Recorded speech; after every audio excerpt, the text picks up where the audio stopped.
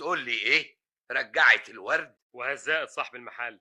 دي اول ست في العالم تتجرأ وترد هدية من عبده الفك. اللي حصل يا استاذ؟ معلش مش مهم، بكرة تبعت بوكيه تاني. ما هترجعه برضه. مش قوي كده، ده متهيألك. الست يمكن ترفض مرة، تاني مرة تنكسف، تالت مرة بقى يحصل ايه بقى في تالت مرة؟ هي اللي تستنى.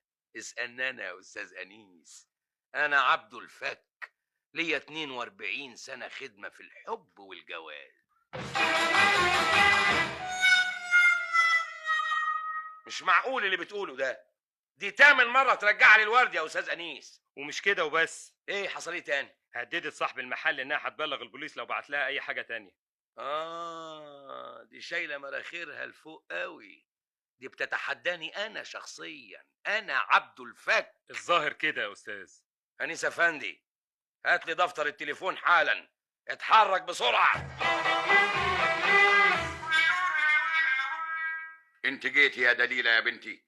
وانا نازله من التاكسي شفت نور الصالون مولع، قلت مش معقول حضرتك سهران لحد دلوقتي. مساء الخير يا بابا. مساء الخير يا روح بابا. ايه بقى اللي مسهرك لحد دلوقتي؟ احنا مش متفقين تنام على طول بعد ما يخلص التلفزيون؟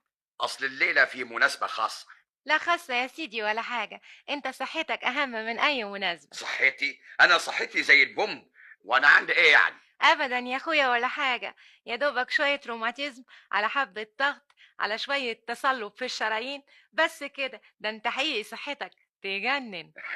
شفت ازاي؟ اتفضل بقى يا سيدي، خش اوضتك ونام وبلاش دلع. ازاي؟ والراجل اللي قاعد في الصالون ده؟ راجل مين؟ تعالي اعرفك بيه. اسمح لي يا عزيزي اعرفك ببنتي الوحيدة، الاستاذة دليلة المحامية العظيمة، وحضرته يا دليلة يبقى صديق العزيز عبده بيه الفك. ايه؟ في بيتنا الفك؟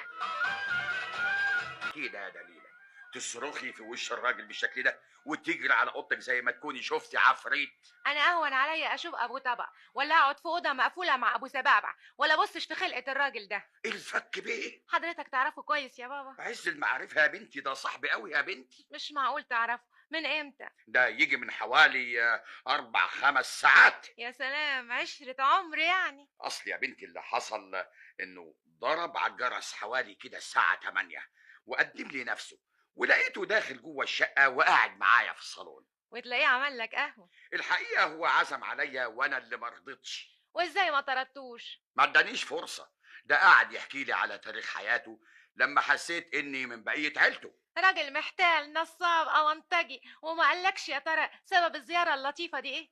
هو كلمني عن أزمة المواصلات وقد إيه الواحد بيتعب على ما يلاقي تاكس، واقترح عليا يبيع لي عربية من الأجنس بتاعه، وعلى شرط خلي بالك بالتقسيط المريح.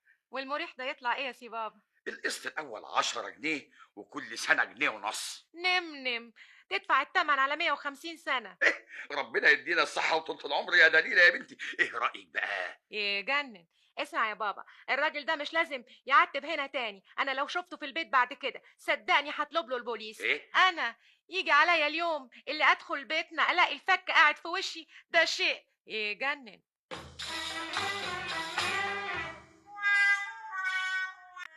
صدقيني يا ماما دي شيء تاني غير كل الستات اللي عرفتهم قبل كده. 17 مرة قلت لي نفس الكلام ده. لا لا لا، المرة دي حاجة تانية خالص، دي صنف من الستات ما شفتوش قبل كده. ازاي بقى؟ افتكر انا قلت لك على الورد اللي بعته لها قبل كده على المكتب. ايوه، وكانت بترجعه لك كل يوم. اتغصت، حبيت اتعرف بيها بطريق غير مباشر، قمت مطلع عنوانها من دفتر التليفون. لحد كده كويس. مش بطال. رحت على البيت، قابلني والدها، بعد ربع ساعة كنا اصحاب الروح بالروح. اكيد لك قصد من كده. قلت اصاحبه علشان رجلي تاخد على البيت واقدر اغيظها زي ما غاظتني. وجعك قوي حكاية الورد دي. يا ماما دي الست الوحيدة اللي ردت لي هدية، جرحتني، داست كرامتي. مفهوم مفهوم.